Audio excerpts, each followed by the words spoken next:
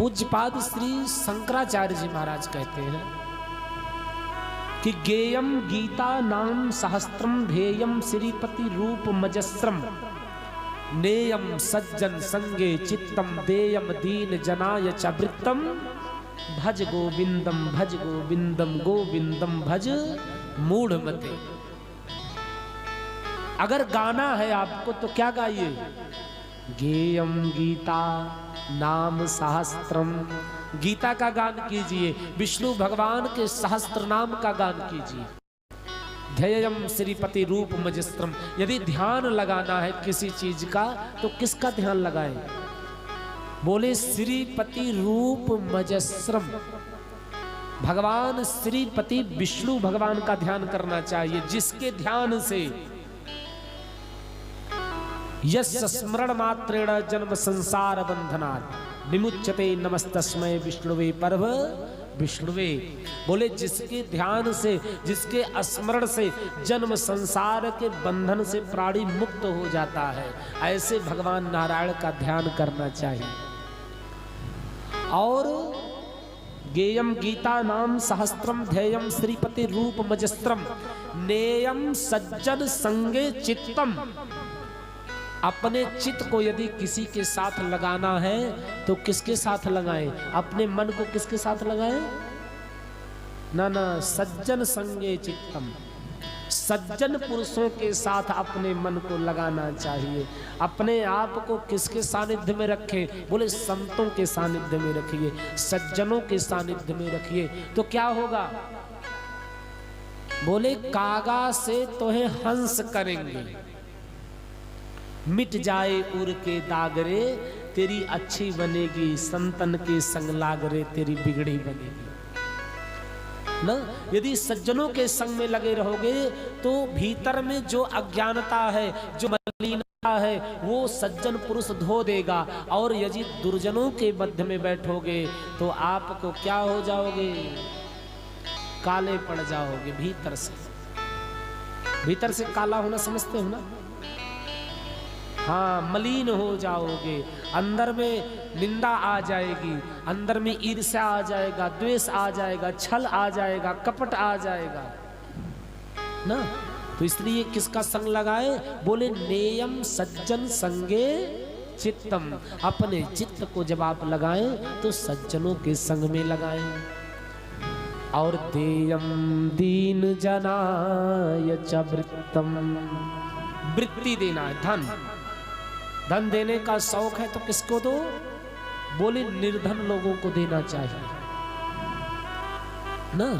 देखो आपके गली मोहल्ले में किसका विवाह है, गरीब कन्या है तो उसके यहाँ जाइए, बिना बुलाए जाइए,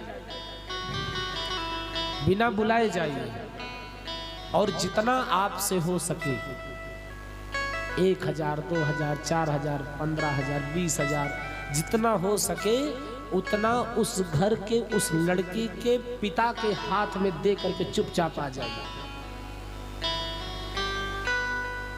तब ये आपका वास्तव में खाते में जुड़ेगा, माता जी, धर्म के खाते में ये जुड़ेगा।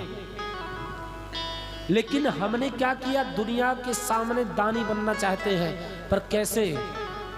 कन्यादान करने जाएंगे हम, जो बड़े पैसे वाले होंगे उनके यहाँ 10,000 लिखवाएंगे, 11,000 लिख दो भैया हमारा। किसी निर्धन के यहाँ जाएंगे, अरे गरीब है, वैसे कोई बंदे आओ 500, 251 दे आओ। सत्य बात है कि नहीं? ऐसे ही लोग करते हैं ना। लेकिन ऐसा नहीं करना चाहिए। देयम दीन जनाय च वृत्तम, अरे उस धनवान व्यक्ति के यहाँ तुम दोगे तो तुम्हारे देने से कुछ नहीं होने वाला है। तुम्हारे देने से उसके यहाँ बेटी का विवाह नहीं हो जाएगा आपके देने से, क्योंकि उसके पास उतना है, वो अपने पैसे से कर रहा है। लेकिन आप एक निर्धन के यहाँ दोगे तो एक पिता के चिंता का आप हरण कर लोगे, एक पिता के लाचार और मजबूरी का जो है आप हरण कर लोगे यदि दान करोगे ना। यदि 10 लोग 11,000 दे दिए, कितना होगा माता जी? बताइए, बोलिए। 1,10,000 हो गया यदि 11,000 दे दिए।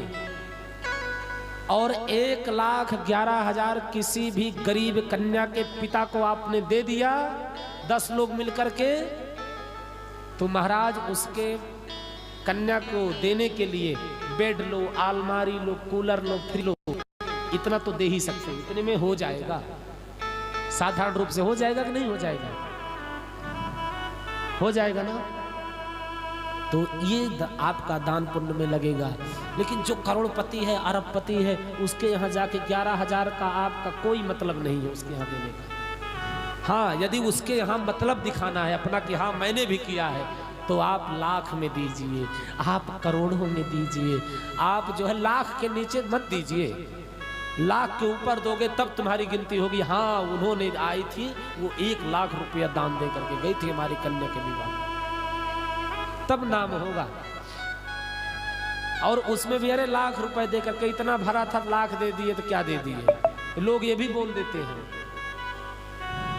लेकिन आप यदि एक गरीब कन्या के यहाँ दे रहे हो तो वो उसका पिता देखो कितना आशीर्वाद देगा ना।